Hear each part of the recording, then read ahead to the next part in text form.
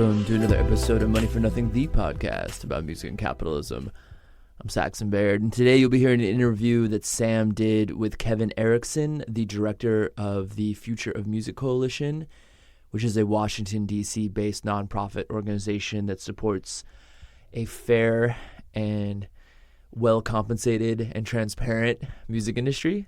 So clearly we were very interested in speaking with Kevin. They'll be mainly talking about Ticketmaster and a recent lawsuit that the Justice Department is suing Live Nation Ticketmaster for monopolizing markets across the live concert industry. Very excited to have Kevin on. It's a great conversation. As always, please rate and review us, follow us on the socials, and be sure to subscribe to our newsletter, which is coming out about once a week now, at moneyfornothing.substack.com. That's the number 4. Okay, here's Sam's conversation with Kevin Erickson, director of the Future of Music Coalition.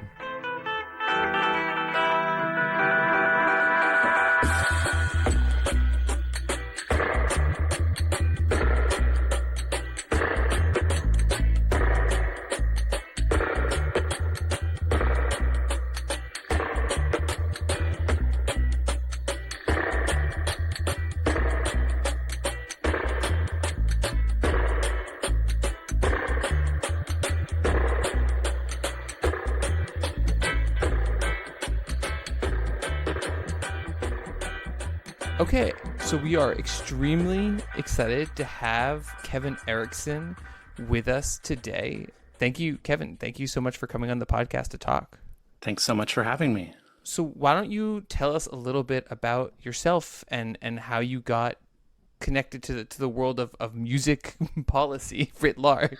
Yeah, so I actually first encountered Future of Music Coalition when I was in college and running my college radio station. And it was an important resource for me and sort of helping me start to understand that the musicians that I was friends with and that starting to put on shows for in dorm lounges and basements and stuff in my little college town, what the kind of policy and economic landscape that shaped their business, like how those decisions are made. Like Future of Music did the first research onto issues around musicians' access to health insurance. Future of Music was doing work on media ownership and the problems that follow from having too few companies own too many radio stations, right? We're a think tank. We operate in a nonprofit context. We've been musician founded and musician led over the years. And we just want to make sure that musicians have a place at the table on all of the issues that impact them. And because there are a lot of different musician organizations and all of them have a role, we tend to be filling in the gaps and attending to the parts of the policy conversation that either aren't getting enough attention or where we can sort of be the connective tissue between different kinds of different parts of the policy conversation. So making sure that musicians have a place at the table in the anti-monopoly conversation has been a big piece of it.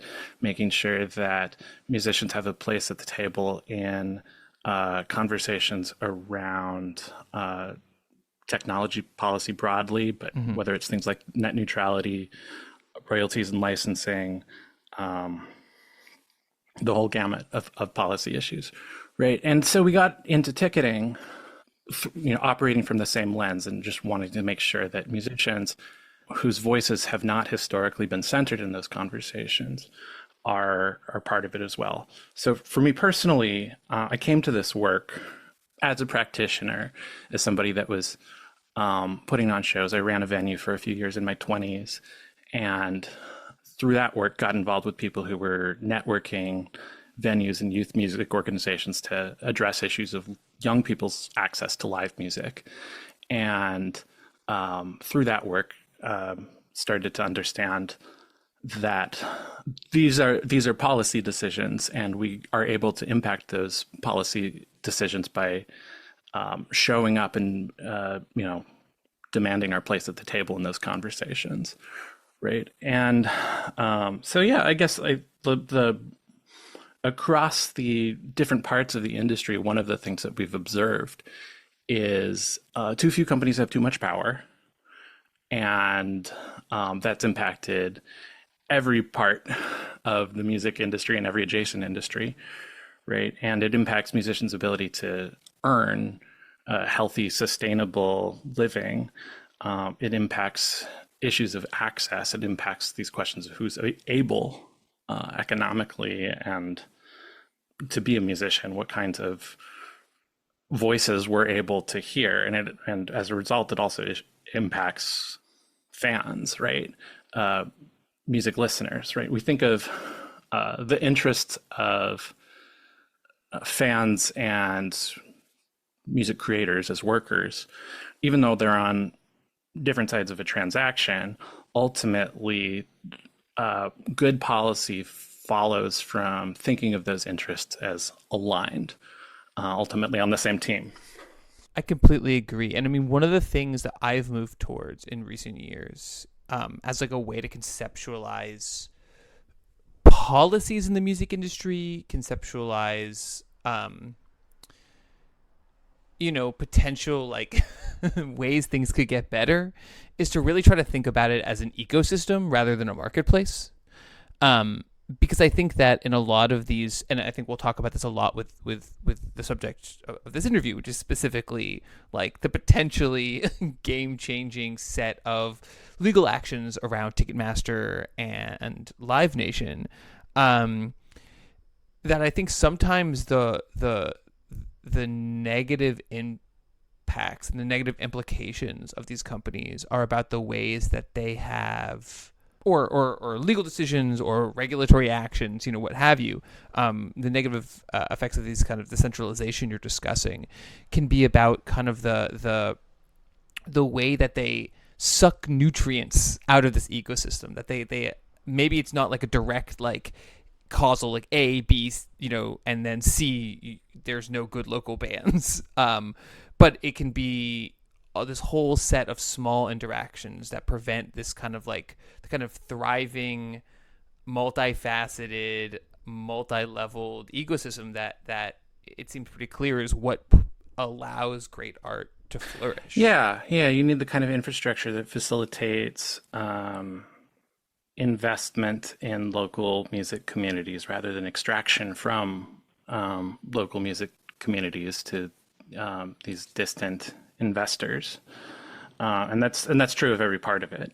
And that lets I think we did an early episode that I talk a lot about Prince, where like despite the fact that Prince ends up really not liking his relationship with his record label, kind of famously, that there's like this series of things that go right, that have to go right for someone like Prince to get to the place where he can become Prince, including real A&R, including a thriving local music scene that has a lot of different kinds of acts, from funk and jazz fusion to punk rock, that, a series of clubs that go from very small to like fairly large, all of these elements that have to be in place in order for this generational talent to pull all the pieces together to become Prince and, change the world of music. And just I think about that as a model a lot of times for like what a the Twin Cities, like for what a thriving music ecosystem can look like.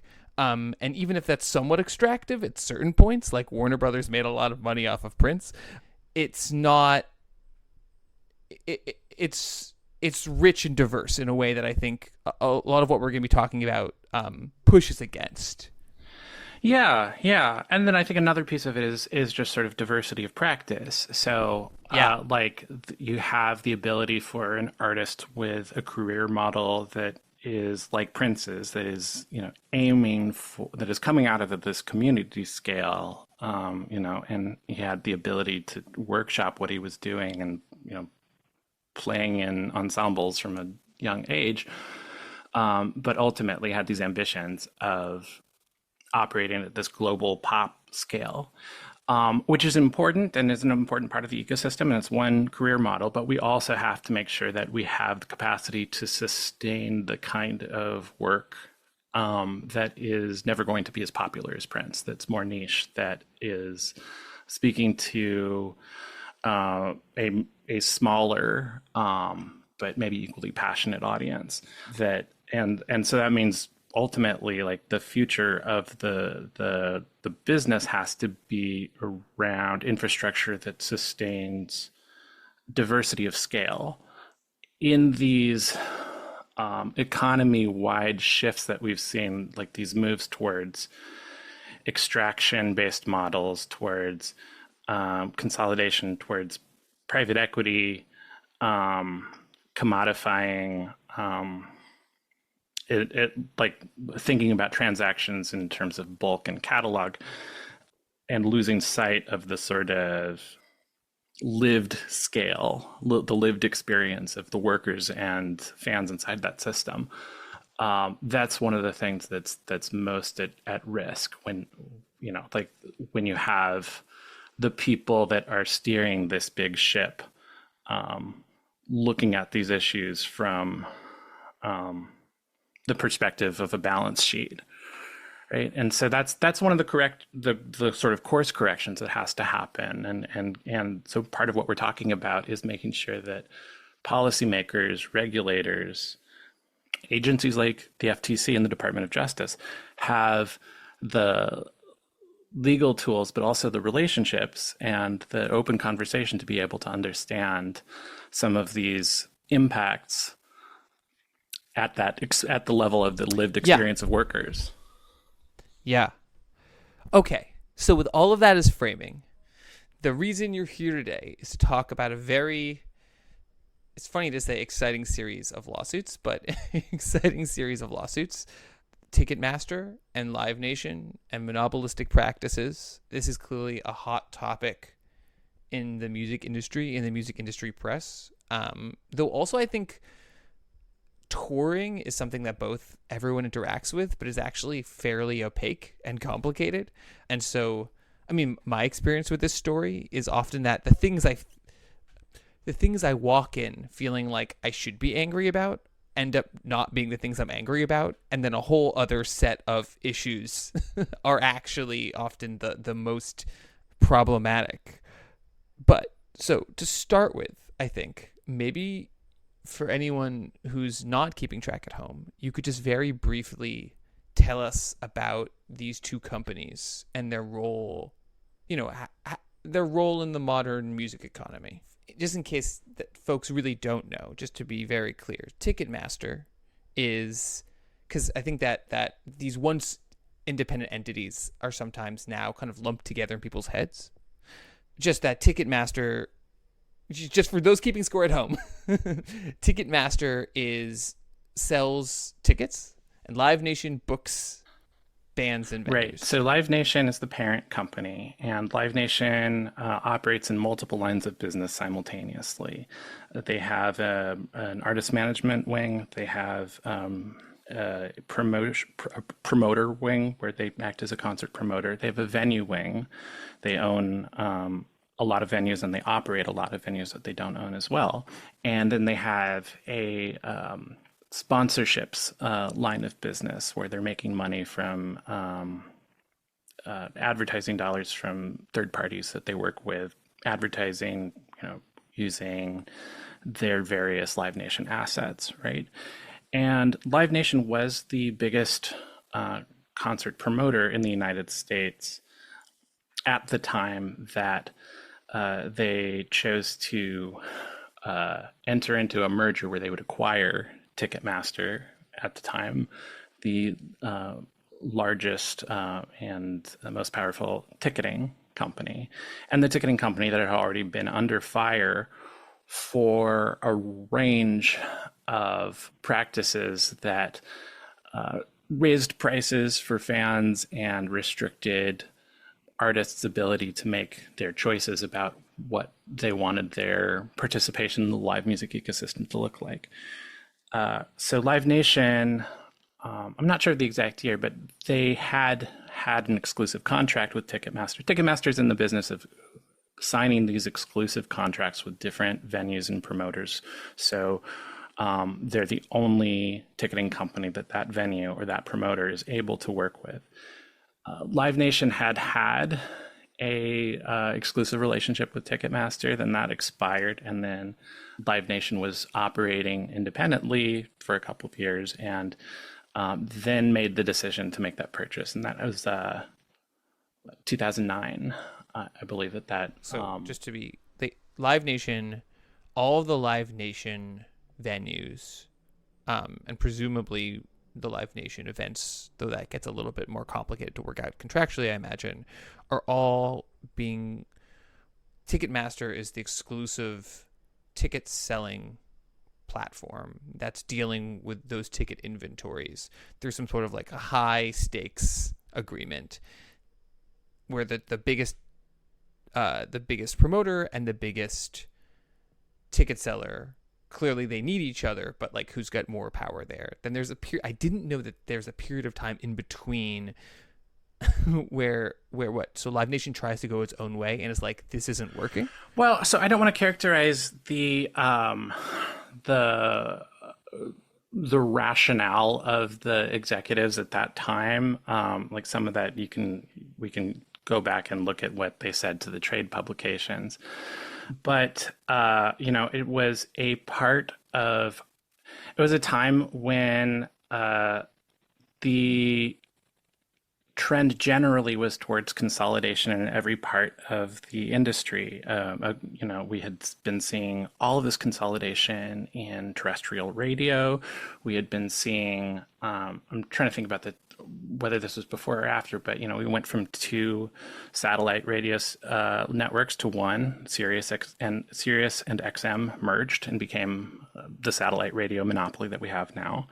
We're about to go from 5 to 3 majors. Right. Around this time. Yeah.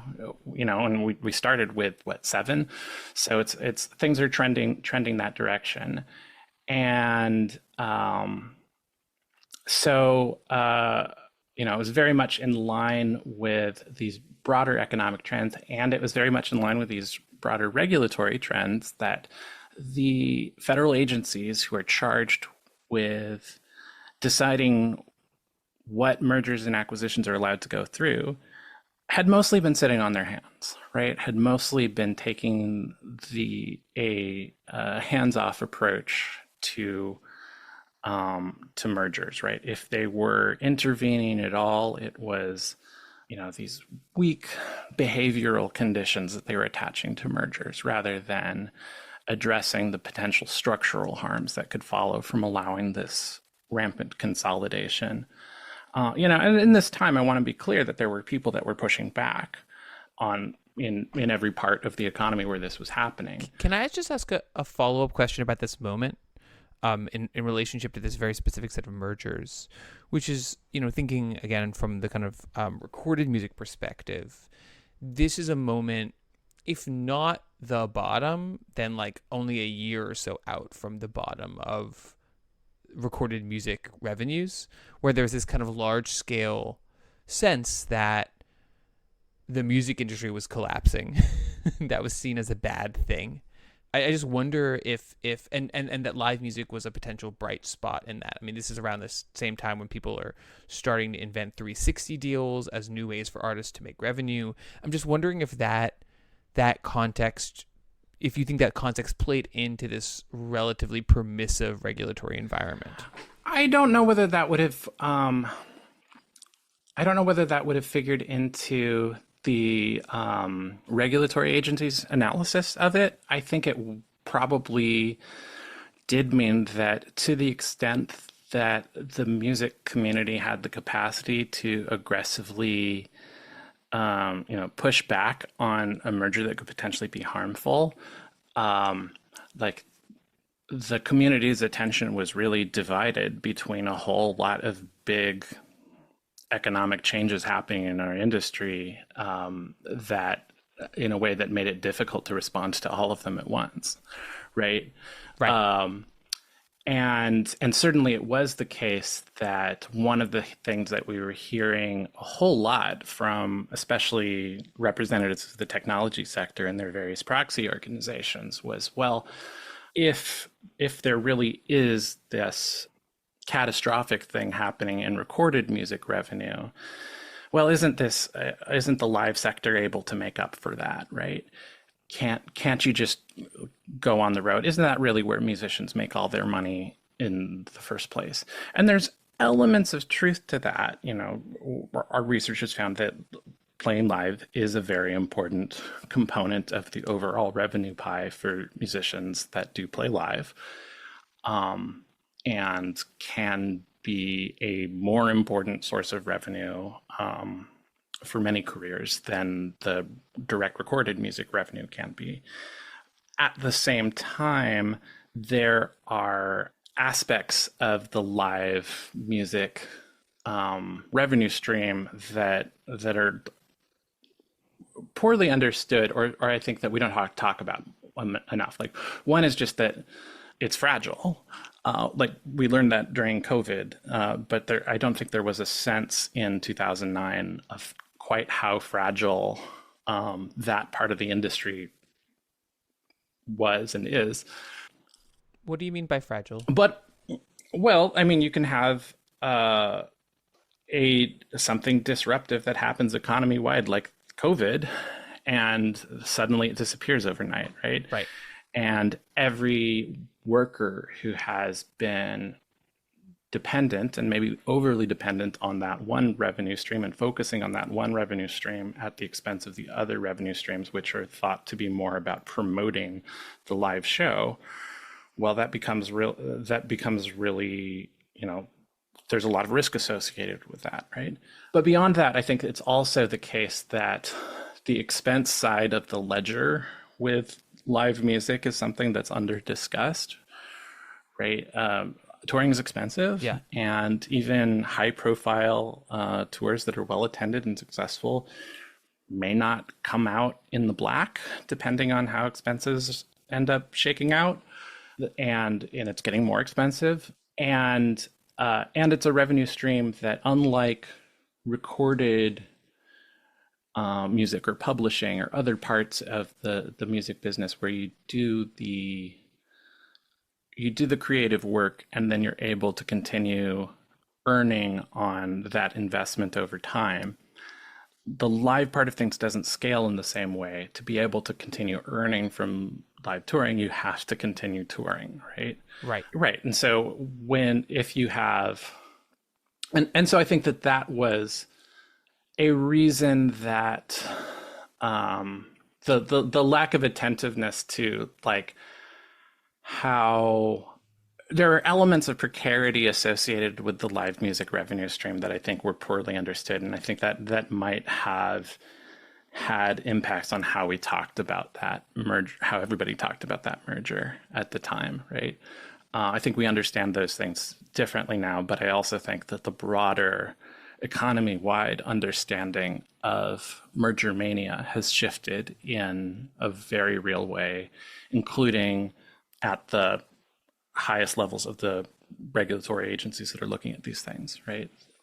The analysis has been updated, and we have leaders who are able to see the harms and are not going to let companies off the hook anymore. So we have these two companies, Ticketmaster, Live Nation says we want to buy Ticketmaster.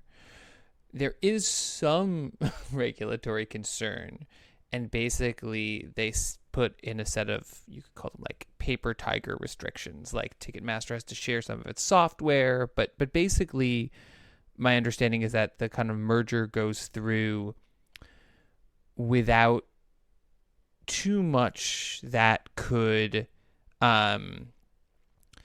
really push back against the, like, nice venue here, shame if something happens to it, implicit dynamics of having the biggest, the person who controls the tour, the biggest tours, also selling tickets and vice versa. In approving the merger, the Department of Justice attached a number of conditions to the merger in the form of a consent decree. it included some specific behaviors that the merged company was forbidden from engaging in, and then those smaller structural things about like they had to let other people use their software, which actually nobody really ultimately wanted to use. It wasn't very helpful. Oddly, one of the senior officials at the time actually went to South by Southwest of all places and gave this quite odd speech where she sort of broke down why they decided not to block the merger. It's fun to look at as sort of an odd historical memorialization of how things got so off track, right? Like Yeah. they were just straightforward about saying like we couldn't it came down to these very like obnoxious technocratic arguments about like defining the market in a way that allowed them to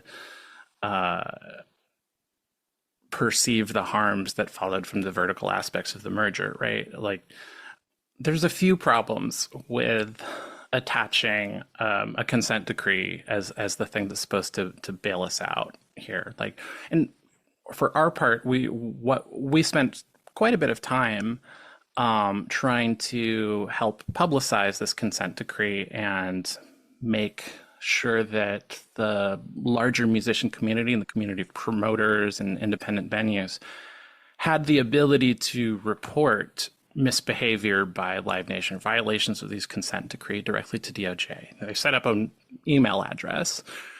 And ultimately, there were a couple of moments where there had been enforcement of that consent decree, but it really only led to extending that consent decree to last longer than it initially had been intended to. I think it was initially supposed to just go for 10 years, and it went longer than that. There's a few problems with attaching a consent decree. One is like there's this informational asymmetry.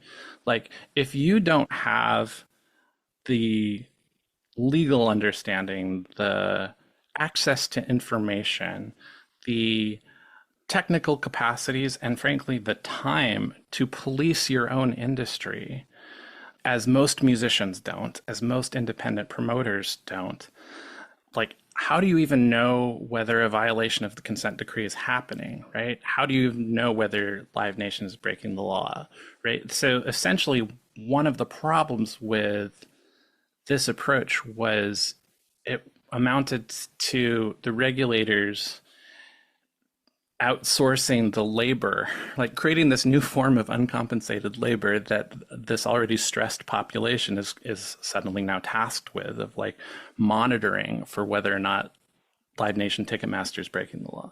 And I think that was unrealistic. Stressed and like needing to work with Live Nation and Ticketmaster in order to maintain their cash flows in a very real ongoing sense. And facing real risks of retaliation, or at least perceived risks of retaliation. That continues to be the case. So let's talk about what exactly these negative implications of this merger have been, because I think that this is negative. Yeah, because I think that this is where I often find like the public conversation can sometimes go awry, where there's a lot of anger against Ticketmaster for a series of fees that they levy on most transactions that go through them. And like, correct me if I'm wrong, but I mean, maybe they could become more transparent, but the set of fees, many of which end up actually going to the venues that are putting on these shows, especially for huge artists that are able to demand really high percentages at the gate. That's like not actually what's at issue here, even though everyone really hates those fees. Well, so I think in a roundabout way, it is at issue. It's part those fees have gone up substantially since the merger went through, and there has been an industry-wide shift towards fees constituting more of the ticket price than they used to. And that is, in important ways, a symptom of the shift in the way that the economics of the industry is oriented. I think it's worth taking a step back here and just sort of saying, like, there's a lot that's wrong with live events and live event ticketing. And one of the fundamental analytical traps that we fall into is the ability to only see one villain at a time, right? Now you're speaking our language. Right? And so it's important, and I think that the artist community has, like, this is intuitive for us, has the ability to assess the landscape and see, like, simultaneously, yes, Ticketmaster, Live Nation, very problematic. The conduct that they've been doing, the way that they've structured the industry is causing serious problems for all of us. And at the same time, there's another set of bad actors in StubHub, SeatGeek, Vivid Seats, all of the brokers, the predatory resale industry that has exploded, especially over the last 15 years. And is taking all of these dynamics that Ticketmaster Live Nation's merger has set up and making them way worse, right? And the absence of that, because both of these camps, both Ticketmaster and the resale industry, have virtually unlimited resources on both sides. They've been able to frame many of the policy debates in this binary way that, like, they're just pointing the fingers back and forth at each other.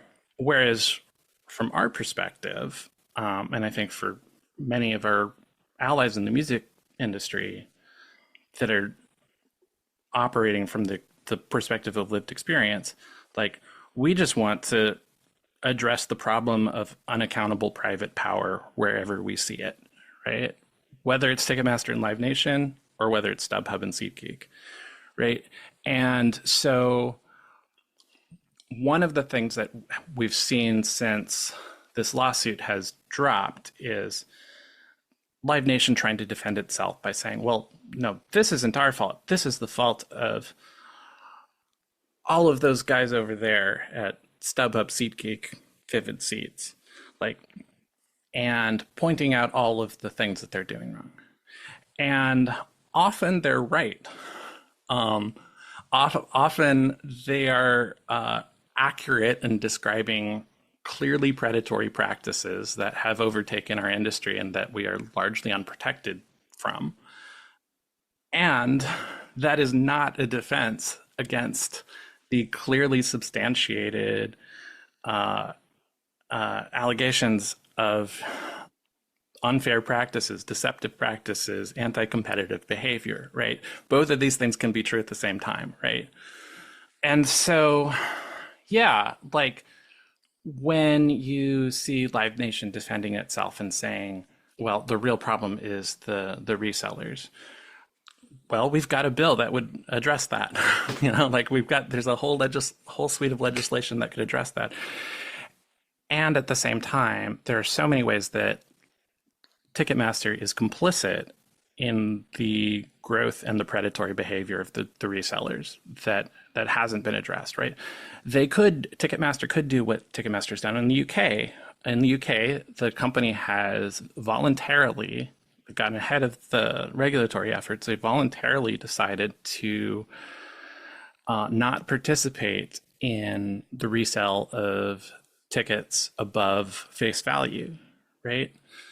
They could do that here, but they don't, right?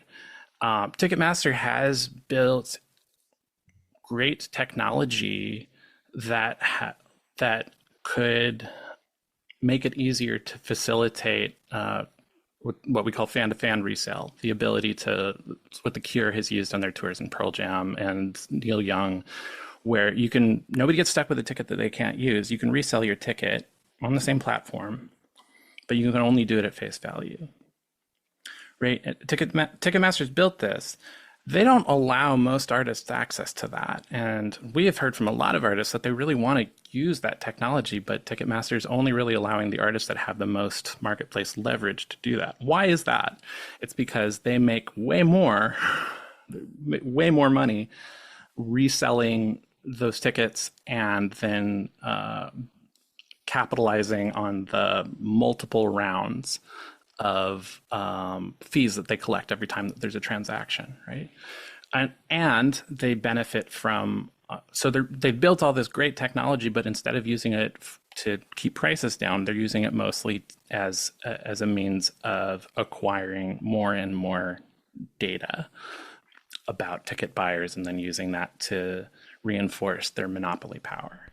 So let's take a step back and just talk, focus squarely on the lawsuit. And maybe you can talk us through kind of what it alleges about the anti-competitive practices that Live Nation / Ticketmaster are engaging in, and what they're doing to the music industry, to the live music industry. But I guess in the context of what we've been talking about the ways that this concentration of power has enabled, I guess, both like explicit legal harms and then sort of like the implicit power imbalances that come from the fact that artists aren't able to take a year to fight a lawsuit against the company that's doing all the ticketing in the country.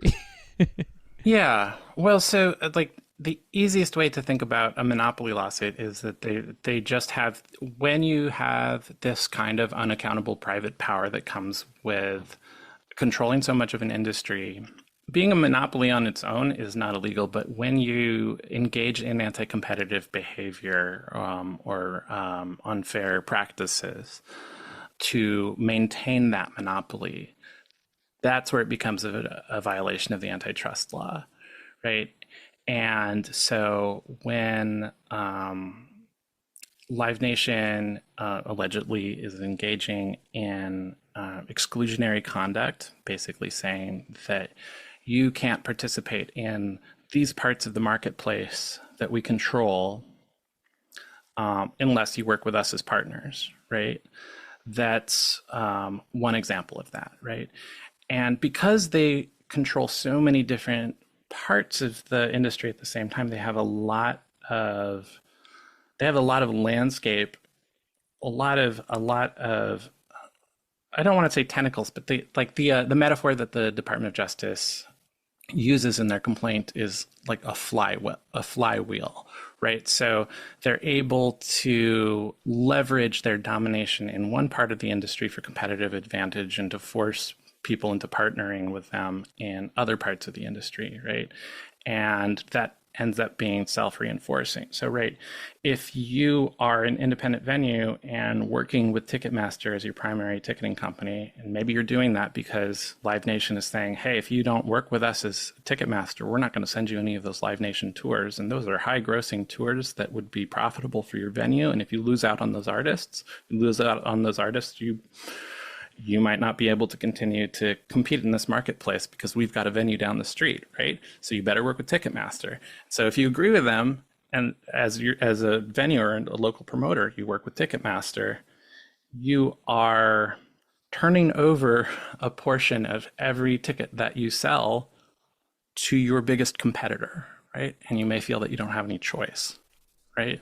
And they're your biggest competitor because they own a Live Nation venue down the street, right? And maybe it's in a different, you're a 1,500 cap, they're a 5,000 cap, but that doesn't have to be true. And certainly I know that like in recent years, Live Nation has pushed kind of like, my sense is that while the center of their control is over these kind of like mid-size, like very large venues, mid-size, and then up to the amphitheaters where they have like incredible market share. Yeah. But they've also been pushing down into smaller clubs. I think that's true. And it's also the case that they've been getting deeper and deeper into this co-promote model where they don't have to own the venue, but they are co-promoting shows at all of these venues that they don't own. And so they're in that way, even if they're partnering with some of these venues, they're also competing and extracting revenue away from the locally owned promoters, right? Yeah. So kind of continue. So if that's like maybe you're a local venue, a local independent venue, this is why you use Ticketmaster, because you need the Live Nation shows. You could also imagine being an artist and saying like, oh, there's this, I don't know, you're in Boise and there are two venues and one's Live Nation and one's non-Live Nation. Or sorry, one's Live Nation, one's non-Live Nation, because you're being booked by Live Nation and you want access to, I don't know, the big Live Nation venue in San Francisco. You end up playing the Live Nation venue in Boise, and not the independent. Right. So, yeah, it's going to be interesting what comes out in trial in terms of the evidence that's brought forward. We're only seeing a little window into it in this complaint, but we've certainly heard for years that Live Nation will steer people towards tours that are all Live Nation venues, right? And if they don't do an all Live Nation tour, the guarantees go down, right? There's also this crazy dynamic, which is a little counterintuitive, but it's worth understanding, where one of the ways that Live Nation has been able to reinforce its power has been to offer for the higher grossing artists, the more popular artists, super competitive bids, right? Right. So and on paper, it sounds like, oh, well, that's good for artists, isn't it? They're paying the artist more than the independent can afford to bid. And Live Nation is explicit about this. They'll say, well, what's wrong with paying artists more? And what's wrong with paying artists more is if a temporary pay boost that goes to the top tier of artists at the expense of sustainable infrastructure for the vast diversity of artists, right? If it makes it difficult for the smaller venues that can take more creative risks, if it becomes more, it's a very, very short-sighted economic benefit. And at the same time, at this economic moment for the artist community, it would be very difficult for a booking agent to say, I'm going to turn down this higher guarantee because you have this relationship with the local venue that you love. Now, some still do that. It's still something that happens, but it can be really challenging. And that's especially the case because, depending on what tier of the industry you're in, trying to do a show with no Ticketmaster venues is next to impossible. You can, if you are unhappy with the service that they're providing to you and your fans, and you want to work only with third parties, there's potentially options available to you. But depending on what tier of the industry that you're operating at, you might be facing markets where that means that you just have to skip the market because there isn't a non-Ticketmaster venue of the appropriate size available on that date, right? There's just no option available because these exclusives are so locked in, right? And this is harmful to artist flexibility. I think it's also helpful to talk about what is the vision of live music and ticketing that we ultimately want to see. What do we achieve? What do we want to achieve? What we'd like to have would be a flourishing of lots and lots of different kinds of ticketing services and different models. And there are a lot out there. There's more than there used to be. They're all facing sort of a ceiling beyond which they haven't been able to get into the bigger rooms. And it's the ability to get into those bigger rooms that allow these smaller ticketing services to scale and start to roll out and be actually competitive in the space, and grow their businesses in a healthy way, right? So, I think we would love to see an environment where, like, if you even just compare it to the UK situation, Live Nation has Ticketmaster has significant market share in the UK, but they don't have the same kind of dominant role. And so there's space for more diverse ticketing platforms to get a foothold, right?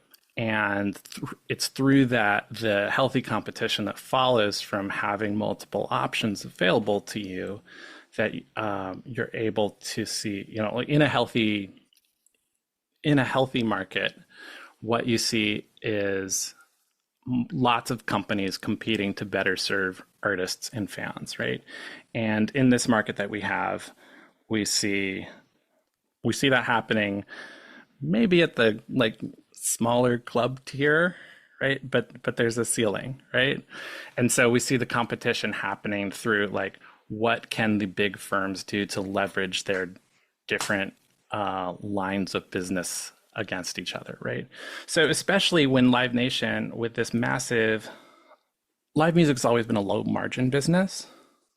When you have a high margin business like this huge sponsorships business attached to Ticketmaster, right? And is that sponsorship business? I don't think I realized that the sponsorship business was primarily attached to Ticketmaster, well, it's both. And not Live Nation. It's totally both. It's they can use their on-site advertising at the venues that they control. You can see the advertisements when you go to the big amphitheater. If I go to Jiffy Lube Live, I'll see advertising on the Jumbotron, right? Aside from the Jiffy Lube of it. Right. Great venue name too, Jiffy Lube Live. Crypto Arena. Right. But then there's all of the digital advertising that they can do through the Ticketmaster app, through the direct email. They've got this just massive data set. Right. Actually, I don't think, looking back at the DOJ, I think they say that the advertising part of their business is like a 70% margin, right? It was shocking, the differences in margins that these, and what you're saying is that not only are these parts of the business really high margin, but that they're only able to get that level of high, or rather they're able to corner the market for the really high margin parts of the business and really keep it away from any smaller competitors just because of their sheer size. Right. And so this is where it becomes helpful to look at some of the analysis that has been done of other big platform companies like Google, like Amazon, right? Where they're doing something similar. They're leveraging their participation in multiple lines of business in ways that allow them to use their domination in one part of the business to achieve and maintain domination in another part of the business, but also to transform the economics of the entire industry, right? Because one of the things that happens when you have consolidation is it changes the character of competition. And so it sadly has meant that even some of Ticketmaster's or some of Live Nation's competitors have had to start to adopt some of their bad practices and bad deal terms, right? And so they I don't think that we would have the same problems that we have with merch cuts, for example, across the live music industry right now if Live Nation hadn't made that kind of a practice standard. And then the independents and other promoters have to be able to stay competitive with Ticketmaster, have had to sort of have found, and I don't want to make excuses for them. I think merch cuts are typically a terrible practice that most venues should not be engaging in. But I also understand that, like, when you look at what happens across industries, when you see consolidation, you see smaller firms trying to stay competitive by adopting some of the bad practices that their large consolidated competitor has been engaging in, right? And that makes sense. And just I imagine there's also less kind of loose capital flowing around, right? Like fewer advertisers. I mean, just because there's a a tighter margin business in some ways because it's been so streamlined. That is really crucial to understanding what's happening here too, because that is the vehicle by which Live Nation has been able to achieve these exclusives and increasing these longer term exclusive deals, right? Because those exclusive deals are accompanied by some kind of an influx of cash or an advance. So exclusive deals between Ticketmaster and a venue, right? So why would a venue choose to work with Ticketmaster, even knowing that like Live Nation's influence on the business is, ultimately they're the biggest competitor? One of the reasons is that Ticketmaster has the ability through these kinds of exclusive deals to write big checks in the form of an advance that provides a venue with operating capital that they may need to keep their doors open and keep operating, right? And then they have to pay back that advance through ticketing fees often, right? So a big portion of those ticketing fees that everybody's upset about is going back to Live Nation, right? So when Live Nation says, oh, we don't set the fees, the venue sets the fees, that's so disingenuous, right? And there's like enough of a tiny seed of truth in there that, some of the time the venues are responsible for setting that fee. Setting aside though that often Live Nation is the venue because they own the venue, so obviously they're the ones setting these fees. These changes to the structure of the deals, these changes to the structural breakdown of where the money goes from the ticket, and more of that consisting of fees connects back to these changes that come from what the venues are having to do in an environment where they otherwise can't get capital. And I could imagine, just kind of thinking about this systemically, because it's also the Live Nation of it all, right? Is if you think about Live Nation having wrapped up a lot of times strategically, because they have a lot of money, the best, some of the most profitable venues of various sizes, then using that to tie in the most profitable artists of various sizes, but both having the most profitable artists and just a huge chunk of the artists that in some ways, I know from doing research that my understanding, some of these fees come from the fact that artists are demanding, some of the very top artists that are the biggest, the ones that are definitely going to sell out stadiums. And so not the Black Keys, but the Beyoncés are demanding huge amounts of money. But that's also because they're being booked, so many of them, through Live Nation, which then, has the ability, right? It kind of goes on and on and on and on, it seems like. Right. Well, or is that not quite right? So there's a few like bright lines that we should be clear about. One is that we're not really aware of any situation where artists are getting any part of those fees. No. I meant the like. But in terms of the guarantees, yeah.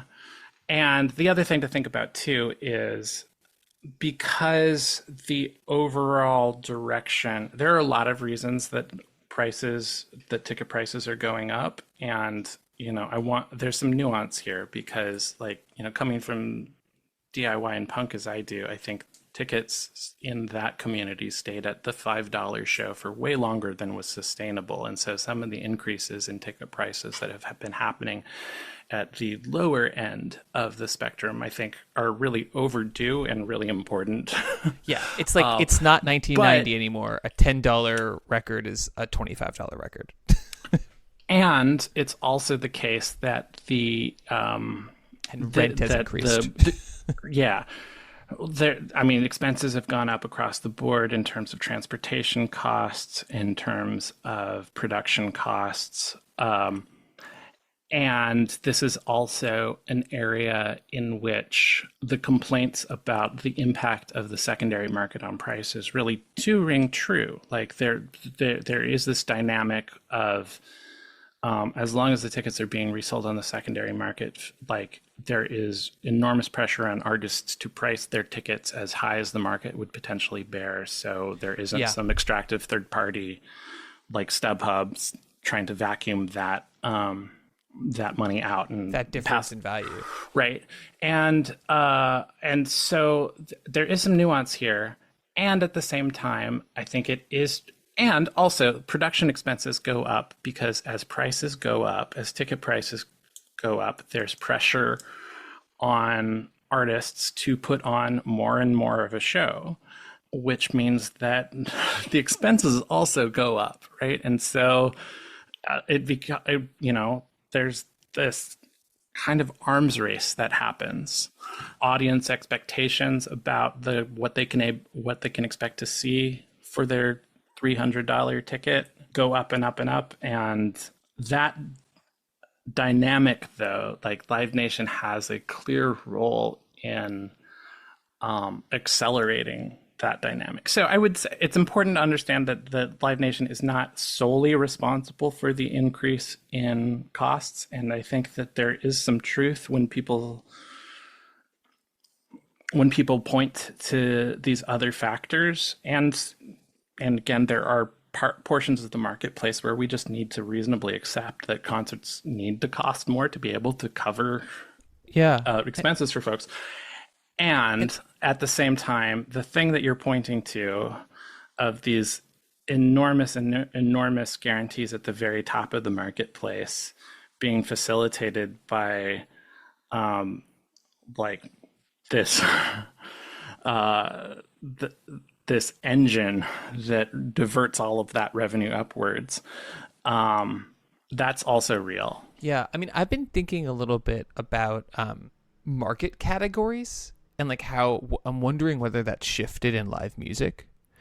You know, like there's this like old story about, and I actually don't know if it's like officially true, but about like Belvedere vodka, that like there was just vodka, and then sometime in the, I guess, late 80s, mid 90s, someone invented premium vodka that just was 3 times as much.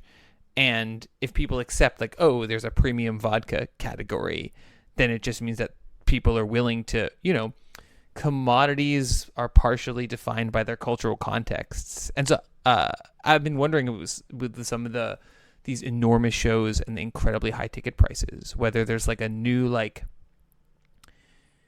in people's mind, like a premium lawn category, you know, like this is not for great seats. This is for, you know, you're paying $350 for any seat.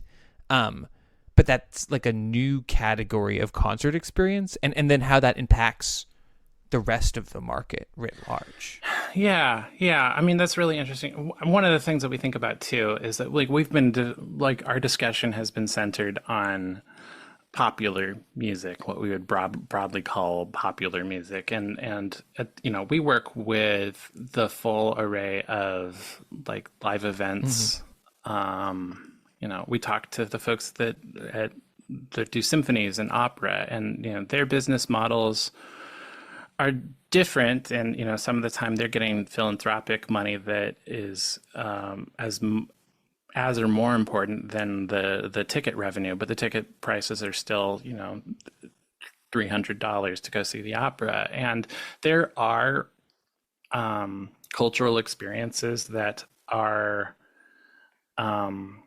and all of these institutions are sort of wrestling with the question of how to figure out how to balance sustainable audience development with sustaining these like very expensive art forms with high costs and huge labor forces that are necessary to make the thing happen. And so like, looking at you, opera. Sorry? I was joking. Yeah. I said, looking at you. Well, opera. I mean, like, and you know, some of them are doing some really innovative. So actually, interestingly, that is a space where Ticketmaster really doesn't have a foothold. Where like the nonprofit arts, like there's a broader array of competitive ticketing services that Ticketmaster has that hasn't really been as it hasn't been as much of a factor.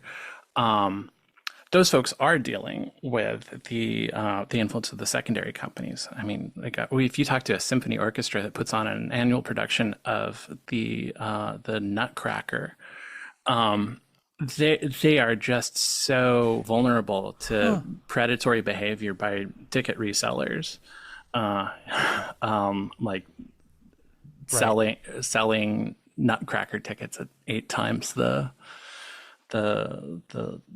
original price, right? So there's complexity here. Like expensive things are okay, but and there's a place in our culture for these sort of peak experiences. I just went to a Live Nation show that was like Missy Elliott's tour, and it was up there with a Metropolitan Opera production in terms of like the production quality, and I assume the production expenses. And I had a great time. I think that we can envision a way for something like that to exist without all of the extraction and exploitation. Like we don't have to pit these things against each other. But we also, like, there is this concern that as concert going becomes a luxury good and consumers can maybe afford to go see one big show a year because that's all they can afford to do, we further endanger the already sort of fragile ecosystem that we want to see around monthly and weekly participation by fans in their local live music communities at all scales, right?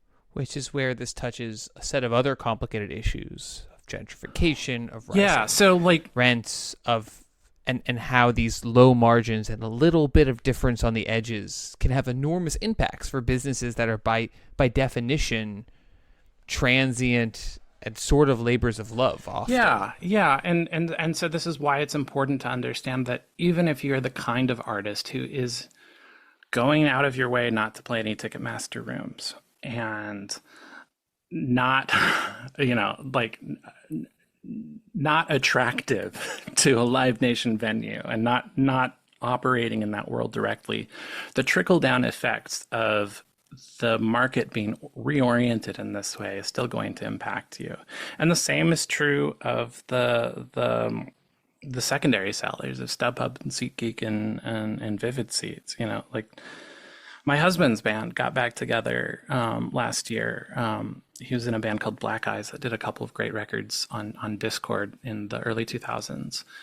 And so they got back together after 20 years and did all these reunion shows, and being, like aging punks, they wanted to price their tickets affordably. So they were doing like $20, $25 and didn't play any Ticketmaster venues, just played places that kept the fees low, like $5. They're finding their tickets on Vivid Seats for $140 plus another $40 in fees. And and so these are not conversations that are limited to Taylor Swift and Beyonce and Olivia Rodrigo. These are happening to everybody at this point. I want to push in on that that example, because I kind of want to move just in the last couple minutes here towards like a vision of what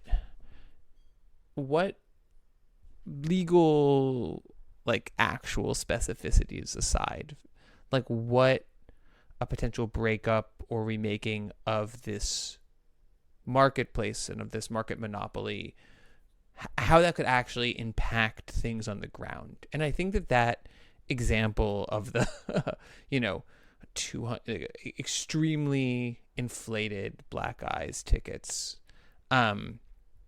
is a maybe a really nice place to start, because it seems like from this conversation and from reading some of the writings on the Future of Music Coalition website, that in some ways this is about control, and this is about artists having control in ways that allow them to have the careers that they want. So on one side, you could say, like, maybe at one point ticket reselling apps played an important role when there wasn't an efficient way to do ticket reselling. But now it feels like either on one side, they're not doing very much to add value to the show, and that if a Discord band wants to go full capitalist, like, you could argue that all of the price differential between the face price of the ticket and the final resale price is money that's being pulled out of the music ecosystem in one way or another. That's money that's not being spent in the venue. It's not going to tips to the bartenders. It's not going to the band. It's not being sold at the merch table. It's not the whole set of people, whether they're in the band or around the band, that make music happen. And on the other side, if you actually, what you want is the ability to control your career on your own terms, it means that artists don't have the ability to do so when we have the tools that could make that possible. Yeah.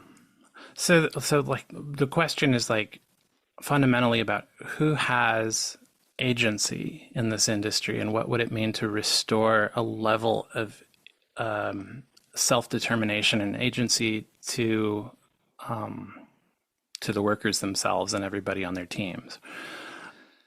So I think that there's two pieces. There's the structural piece. Let's break up Live Nation Ticketmaster. And our friends at American Economic Liberties Project have a whole report where they've carefully spelled out what a breakup might look like in practice, and what that remedy could ultimately mean with the legal authority that they have.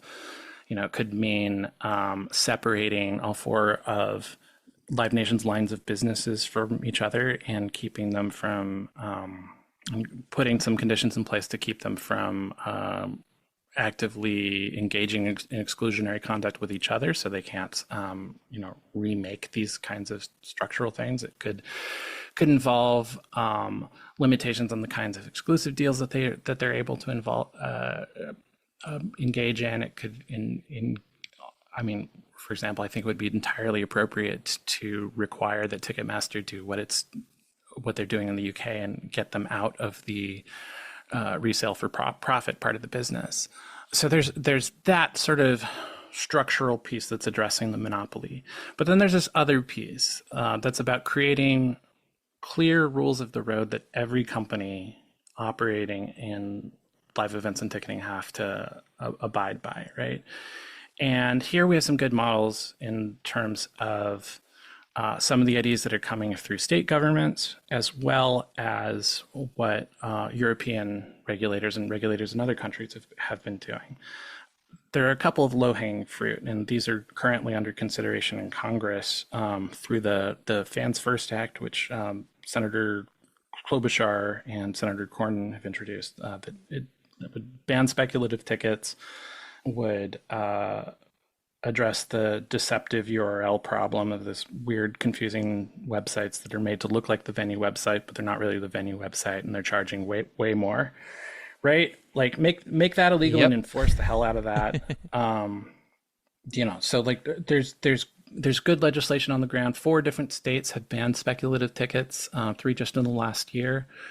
Maryland's bill initially attempted to go further and do something that some of our international peers have tried, and seems to be working quite well, which is just to cap resale at face value and take the profit out of it. Now you can still have a little bit above face value, maybe 10-15%, to ensure that platforms are able to cover their costs to facilitate resale, and you can have a competitive market for resale at or below face value, but you don't have this massive infrastructure that is engaging and perpetuating and incentivizing the price gouging behavior, right? And I think that would be one of the most impactful, especially at a time when we're having a national conversation about price gouging. I think that like looking more seriously at what, there's a whole list of countries that have implemented some version of that. Belgium, Denmark, Ireland, Italy, Poland, Norway, Portugal, Japan, Australia. So it's not like a crazy idea. It's only because in the American political conversation, the resale lobby is just so powerful and so under scrutinized, and have captured some of the sort of consumer groups that hasn't been on the table yet. But I think that's going to be the next big leap forward in the policy conversation, looking at capping resale at face value. So most of that's ticket focused. I mean, do you think that there's, with this kind of increased regulatory scrutiny, there's a possibility? Because in some ways, clearly, like the consumer-facing stuff, the Ticketmaster side of things is more problematic. I really wonder about the harder to quantify implications of this kind of centralized booking on the touring economy, of the options for artists, of which artists get booked where, of the kind of, the informal elements of who knows who and how that plays out, and the way that the central power of Live Nation, what kind of implications it's had on a music scene where there haven't been that many newer live bands that explode into kind of mid to upper echelon territory compared to, I would argue, like previous decades, which is like just so happens to coincide with Live Nation's like rise to real centrality and power. I'm just wondering if there's any ways to that you think that this could deal with that. I mean, I'm thinking about pre-Live Nation, when the promoters were far more regional. Yeah. And well, I mean, like breaking up the live music business into a handful of regional promoters following after the model of it's like the Ma Bell. Exactly. Like that's potentially a direction the DOJ could take things at the remedy stage of dealing with this merger, depending on how things shake out at the trial. That'll take some time. I think in the meantime, it's important to look at the task of creating sustainable, decentralized infrastructure and systems, and continuing to invest in a plurality of alternatives. One of the models that I think is really interesting that it's emerged from the UK is our friends at Music Venue Trust, which have focused on the question of local venue ownership, and if the local venue owns their building, right, they can commit it to a public trust, so it is dedicated to sustain itself as a venue for the future, right? It isn't something that can get sold off for private gain, but they can continue to operate as a business with like using that model. And when you look at some of the other, there's similar conversations about housing trusts and other kinds of cooperative models for things, but applying that logic to a music venue without necessarily forcing it into the model of a more traditional 501c3 nonprofit, which might not be the right fit for popular music. Like those are options that are worth looking at. I think as well, looking at various avenues for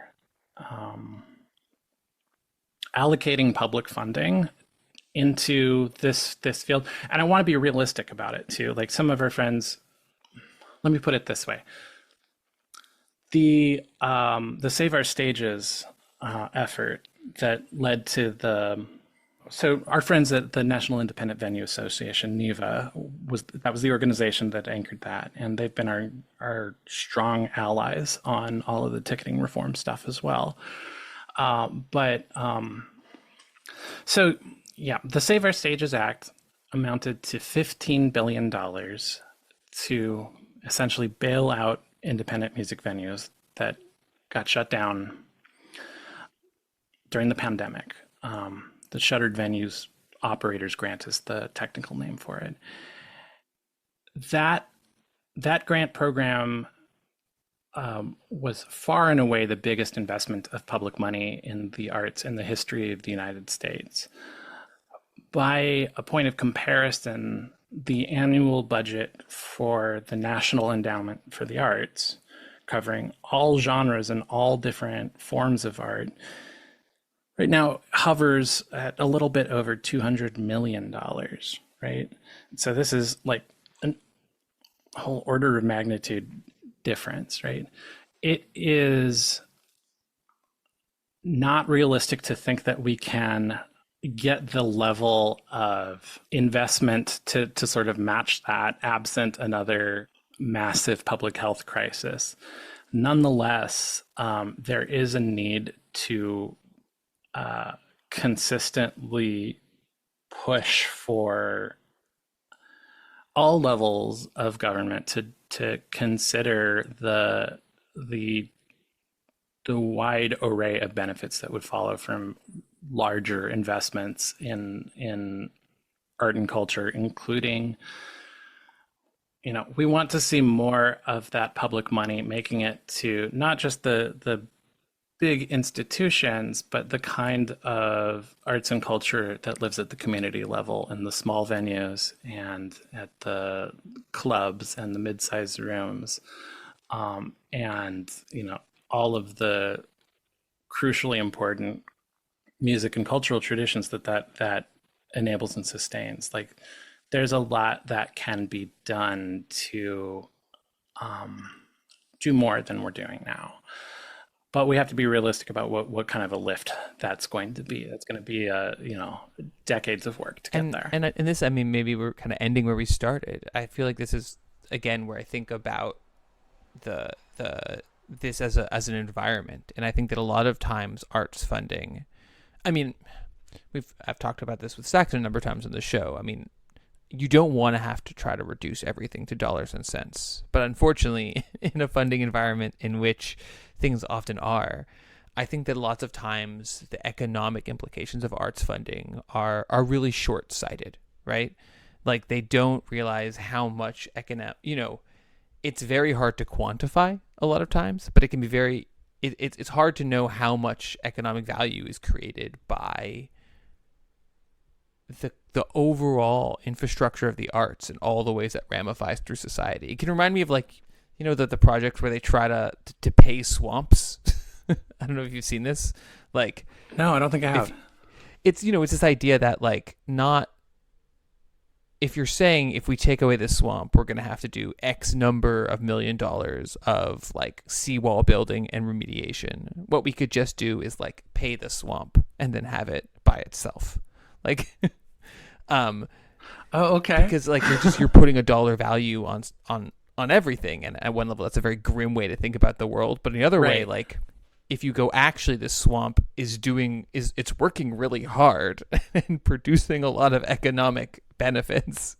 It can make things that aren't obviously productive seem productive, and I do think that the arts are like that it can be very hard to put a dollar figure on them, but clearly, sure. These questions of what are the metrics by which you can capture both the intrinsic value and the extrinsic value of this kind of activity without reducing it to this empty which dollars is and cents, ironically kind of cheapening.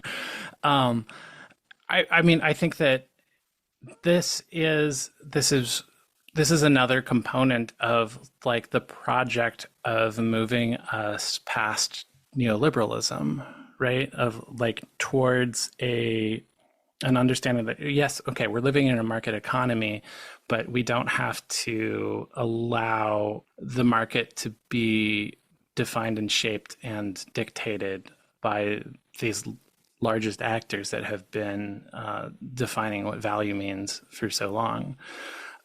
We can, I mean, one of the things that I think is especially exciting about this DOJ suit is that it reflects this broader move that we've been pushing for and others have been pushing for across government to bring workers into the analysis, right? Like that you demonstrate competitive harm in part by assessing the harm to consumers, yes, but also the harm to workers, in this case, artists.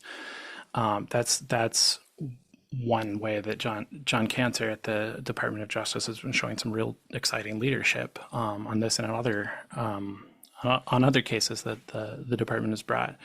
Like that is, and these are things that can happen only with like sustained engagement with all of these agencies. Like ultimately these regulators work for us. Like the people that approved the merger of Live Nation Ticketmaster work for us.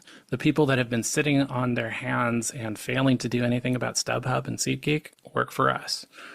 But, you know, we just saw the Attorney General in Washington, D.C. bring a big consumer protection case against StubHub last month. We've seen the great work that DOJ is doing, FTC is doing, FCC has been doing some really important work too, and haven't been getting enough credit for it. Like that has happened because workers have shown up and have claimed their place at the table consistently, and we just got to keep going, right? So this is a very exciting time. Like the ground is shifting under us. Like the kind of arguments that are being sustained in public right now about what the future of our industry should look like, they're overdue, but they're the right ones to be having, right? You know, we don't have to allow these debates to be defined by Ticketmaster on one side and StubHub on the other side anymore. We don't have to align ourselves with one set of predatory corporations or another. That's new.